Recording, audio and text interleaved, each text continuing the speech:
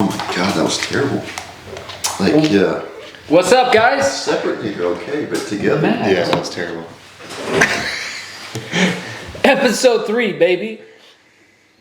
We just had some moonshine pickles. Stay tuned for my Instagram reel for that one. Spoiler alert, they're disgusting. Freaking the most disgusting. Spoiler alert, they taste like they're spoiled. Very nasty. Alright, so today, just like last week, He's a yeller. yep, we're going to talk about just the culture that Jiu-Jitsu is kind of pushing towards our young folk. We're going to talk about the Elizabeth Clay being robbed at Brasileros, what we can learn from that. What else?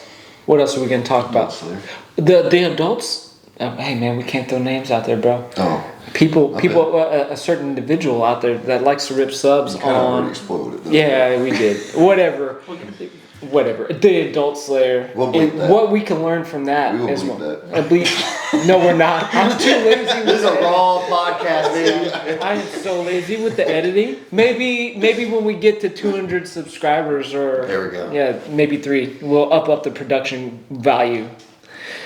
All right. So first, Daisy Fresh, like like what they post out there in Illinois. More power to those kids that like to live the jiu-jitsu lifestyle. But I mean, just like I said last week, I mean, like, we need to push kids to be functioning adults in society, right? I mean, what are you guys' thoughts about that? Like, man, come on, man, it was just one little bite.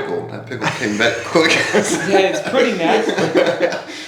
Stay focused. Oh, okay. Oh, my turn? Matt or Brandon, whatever. Hey, by the way, this is your host, Matt, me, and Brandon, the 3 amigos. All right. If you don't like and subscribe, shame on you. What's the comment Three too. stance? Oh no. So like at the end, we do the heart shape. Do the heart shape. This for the mothers out there. Look, we love y'all. We love you, That was mothers. the Okay. corniest thing that we ever Yeah. And Actually- Matt loved milfs.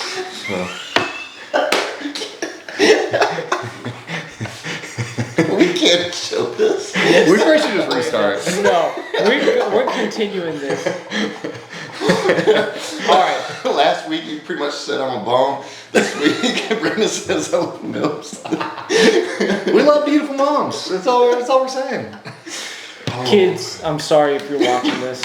All right, so back to kids in Jiu-Jitsu. Milfs. Yes, Jiu-Jitsu. Let's stay focused. No, so all right. Matt's taking forever, so I'll jump in. Yeah, So jump in. yeah, I think it's super important for as a school, as an academy, as a gym, whatever you want to call it, you are developing more than just an athlete. You're developing a whole person, and it doesn't stop when you are grown up. I mean, we've all grown in our journeys through jiu-jitsu because you become more disciplined, you become a better version of yourself. And so these gyms that are out there, like, encouraging kids and young adults to sleep at the gym and give up all their worldly possessions, it's like you're not doing them any favors. It's the same thing with professional athletes, right? Like these guys and gals that just go to school for a year and then they drop out, then they're in the league for a couple years, and then they find themselves like trying to find work. Yeah. You know what I mean? It's like that, like martial arts, jiu-jitsu, whatever you're training, that's not forever. And so I think you have an obligation as a community, because it's not just Johnny. Johnny owns this gym, but we're a community. Mm-hmm.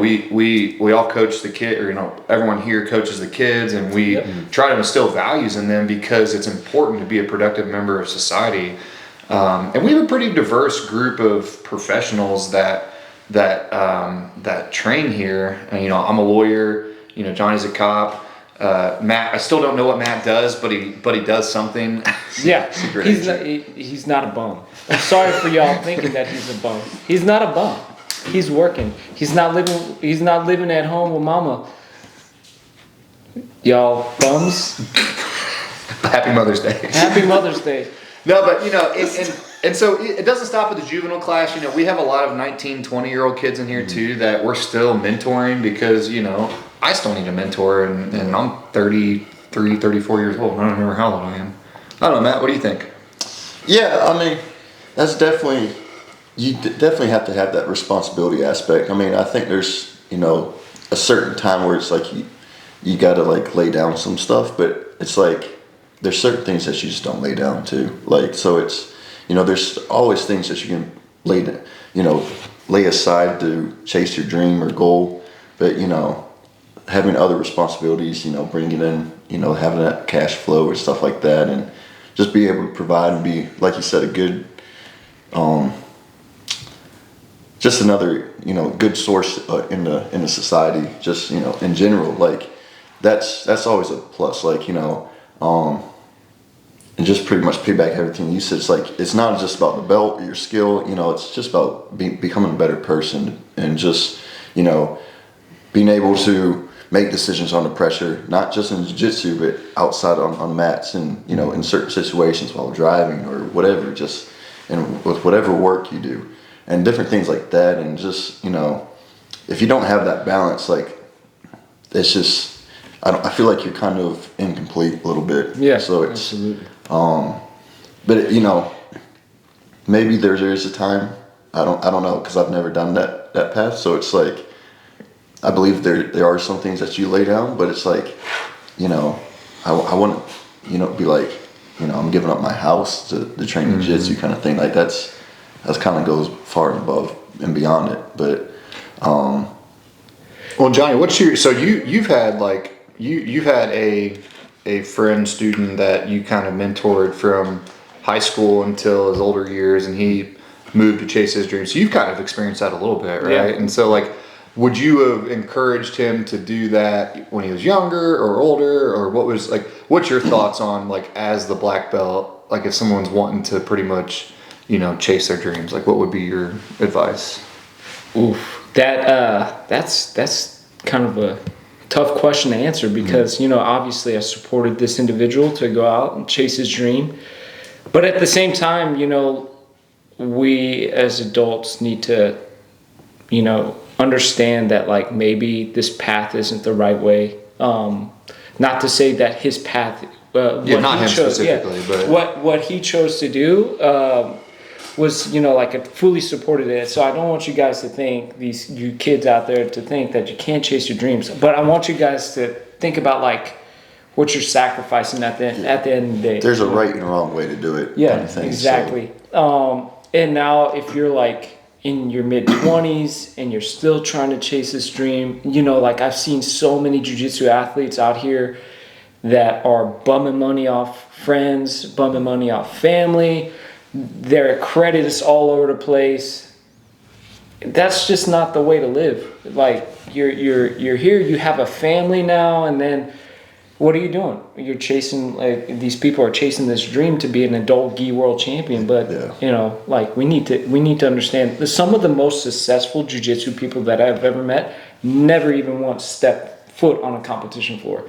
You guys might not believe that, but check it out. Check out a lot of these academy owners. They've never stepped foot on a competition floor. They run successful businesses. So if jiu-jitsu is something that you want to do, I tell you probably should look down that path and like take some entrepreneur classes and business classes. Yeah, I watched some videos of we don't say names, but the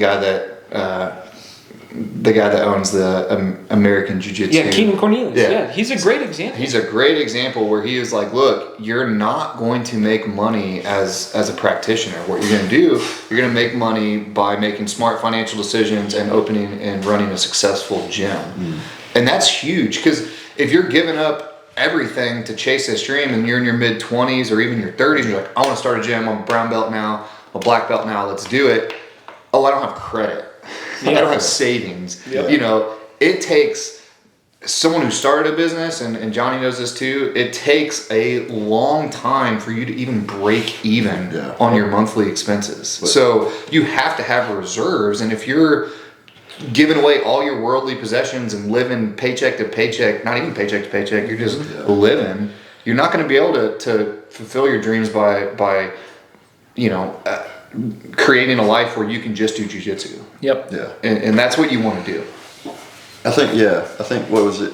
they say usually businesses like the first 5 years is like kind of your make or break kind of thing. So you figure out, usually it's 5 years before you break even kind of thing. Yeah. So it's, it takes time, and it's like you said, you gotta think long term stuff, and it's like you gotta do the little things now to, prepare for, like you said, for those investments or for, whatever you're chasing, that goal that you're chasing. So it's Mats cost money, right? Oh yeah. Yeah. It's the most expensive thing. Yeah. It's ridiculous.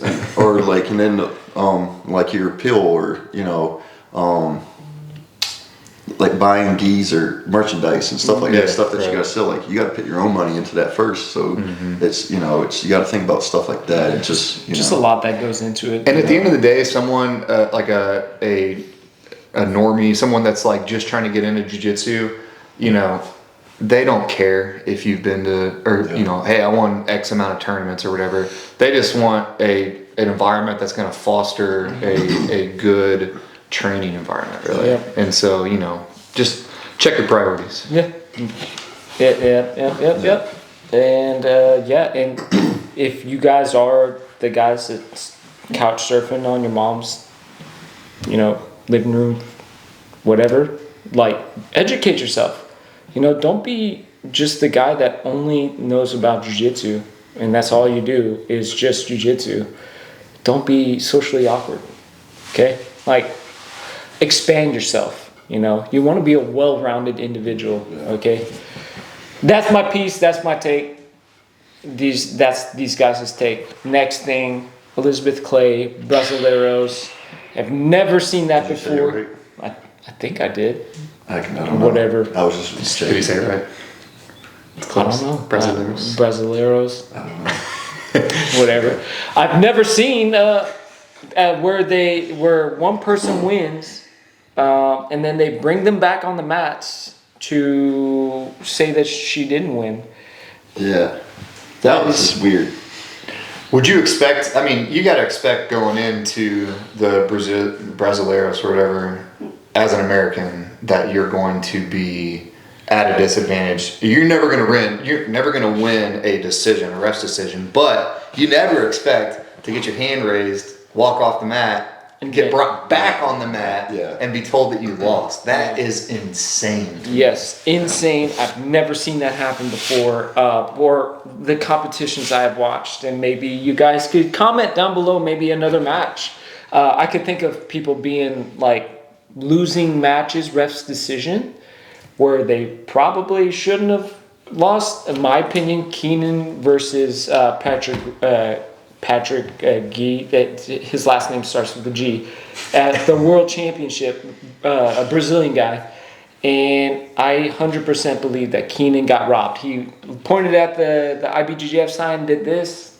Yeah, 100% I think that Keenan lost a world title just because he got on a short end of a ref's decision. And I can say that I felt like that I've been on the wrong end of a ref's decision, but a lesson learned is that I should have scored the points, is that I should have done a little bit better. And that's not to say Elizabeth Clay didn't do anything that she shouldn't have done. Yeah. But I know that that's a lesson learned that I've taken away from that ref's decision, right? I should have pushed a little bit harder, should have scored a point. Yeah, that's always easy too, or sometimes difficult with who you're facing against and stuff like that too. But you got to do everything in your power to do what you need to do to win, and not put it in someone else's hands. So it's easier said than done sometimes, but you just got to.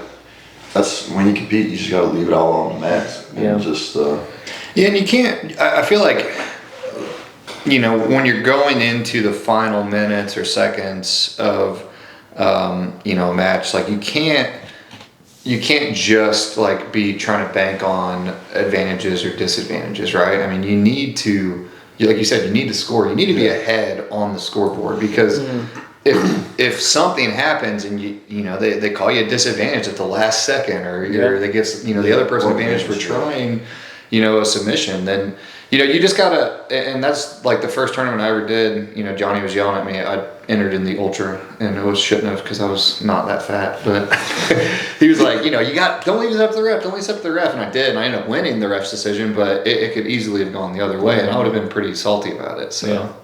You can't leave it into someone else's hands, because at the end of the day, jiu-jitsu is an individual sport, and you can't blame anybody but yourself. You can blame the ref.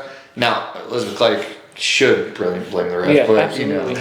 But the flip side is, had she gotten a sweep, or had she gotten a pass, something like that, she wouldn't have been in that situation. Yeah. We know we're not high level up there, but we could say, we could speak on that, because we all competed before. Yeah. We've been out there, and we know that it's not an easy task. And it's, I'll throw this in here. I'll play devil's advocate, and it's referees are still humans too. So it's like they still make mistakes, but at the same time, it's like. No. Go ahead, Matt. But you finish what you gotta say. But it's like with decisions like that, but you shouldn't be announcing a result until you kind of come together, discuss. Is this what I saw? This is what you saw, and it's like you gotta contemplate that. That's pretty crappy to lift 1% and then kick them off. The table and the ref should have confirmed before they raise somebody's hand. Yeah, exactly. That's a lesson learned for you referees out there. I still have to take my referee course. I don't ever plan to ref, but to be a certified black belt, you kind of have to, right? I mean, you guys don't know that yet, but you have to. You have to take like a CPR course and like a safe sport course, whatever. Matt put me through a certified blue belt course, and Matt's what I started. I straightened them up too. 6 straps.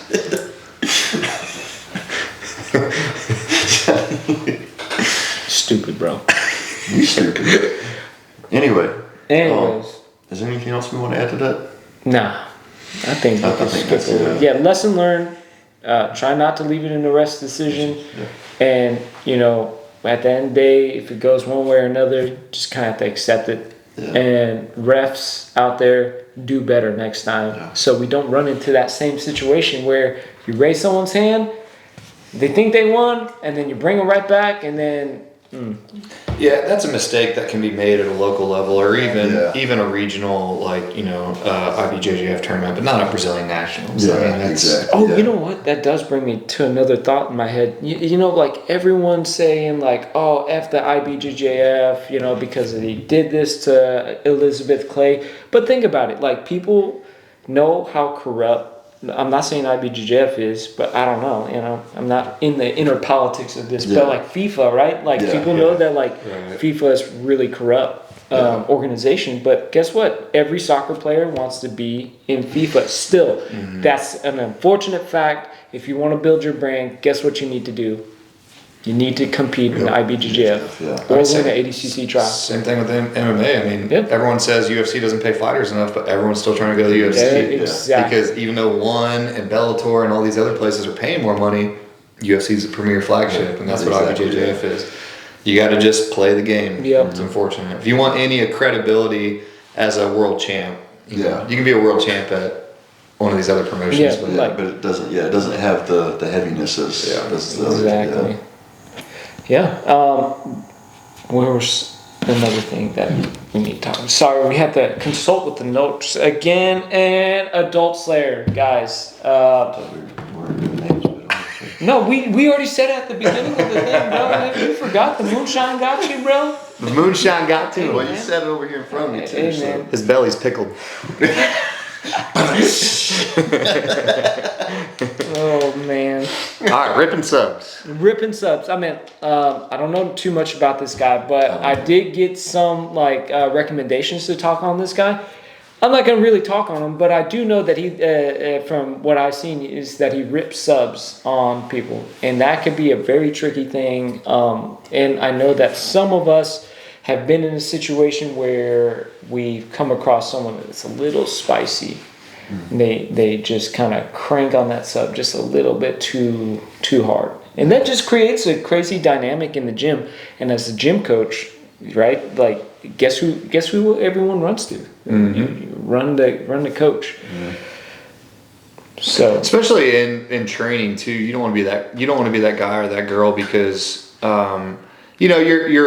you're going to there's going to be people that don't want to train with you, and so you're taking away opportunities from yourself by being a jerk, but you're also potentially taking away opportunities from the owner. If somebody comes in, they get hurt by somebody in class, they're like, well, they're letting that happen, I'm not coming back there. Then you lose business, you lose credibility. And so like in competition, it's one thing, I guess you understand that there's an inherent risk of getting injured, but I mean there's still a mutual respect between competitors that if I don't have to rip an arm bar. I mean, it's something that's going to be there. It's going to happen, and I can apply it and apply the pressure properly without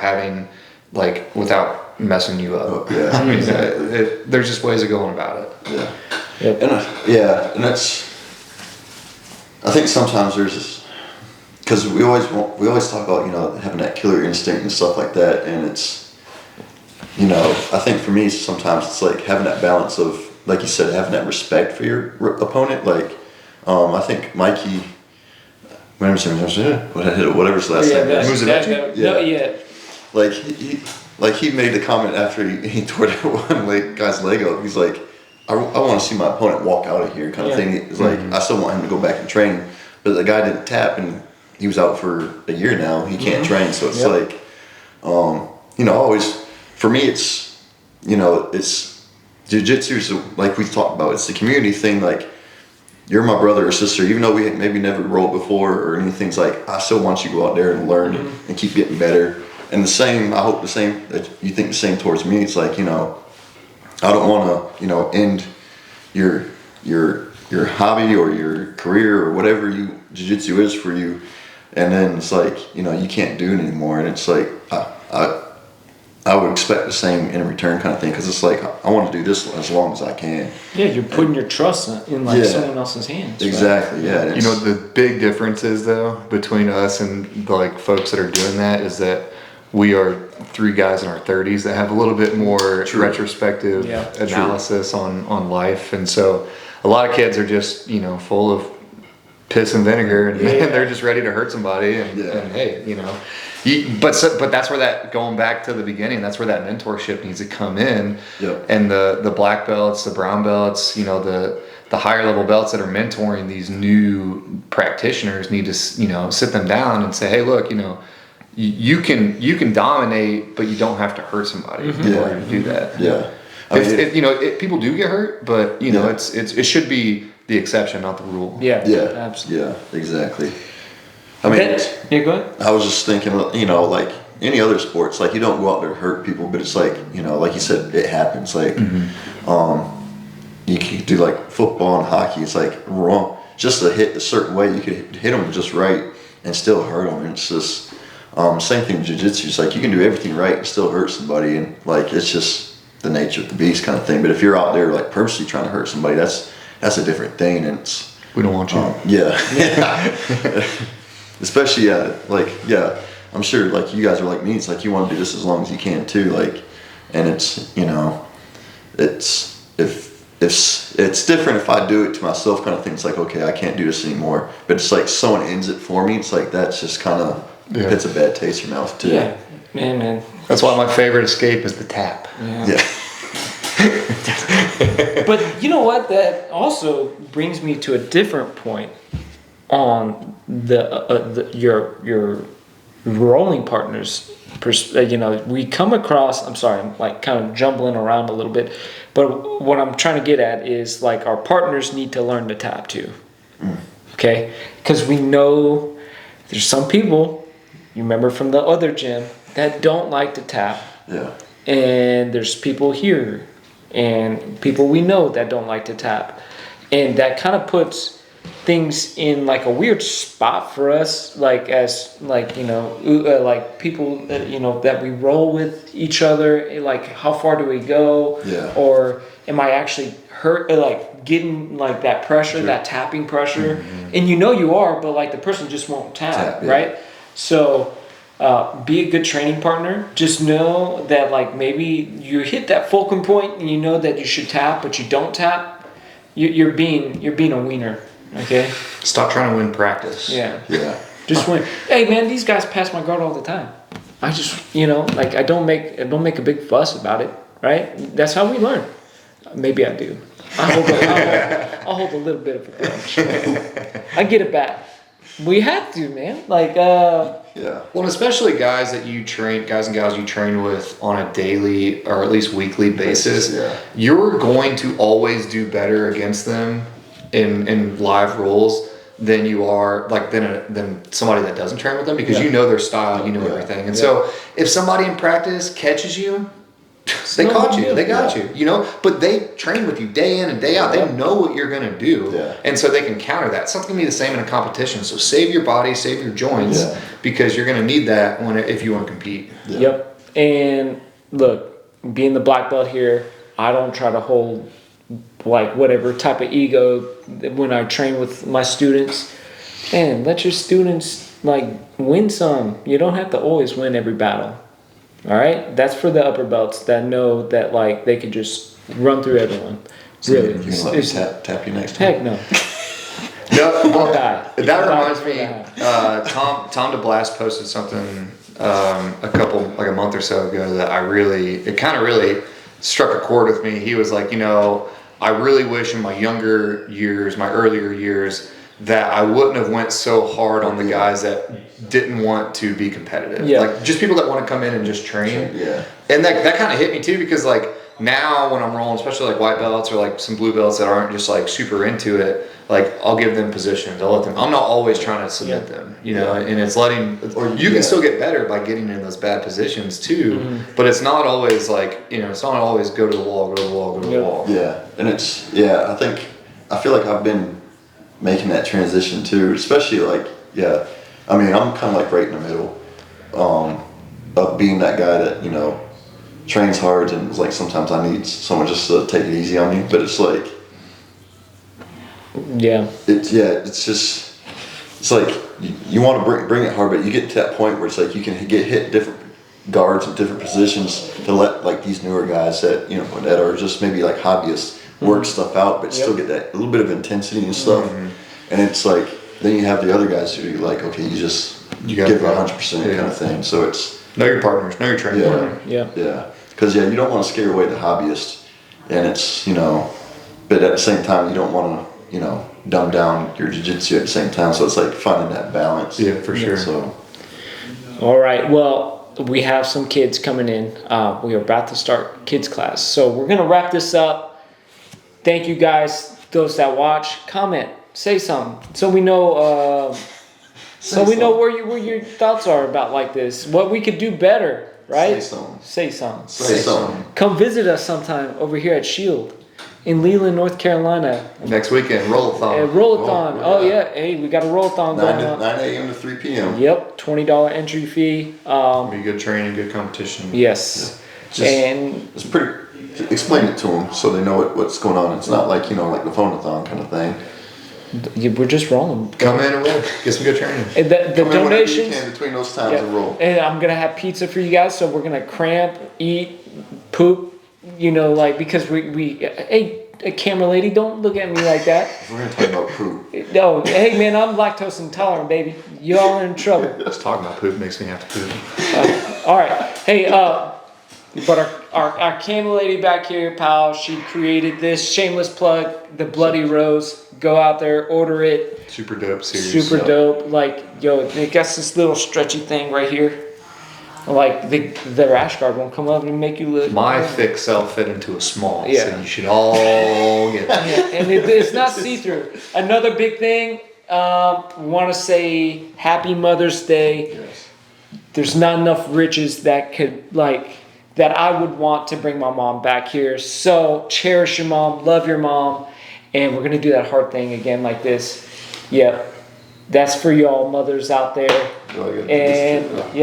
And we'll see you on the next podcast next Friday. See you on the next. Ooh.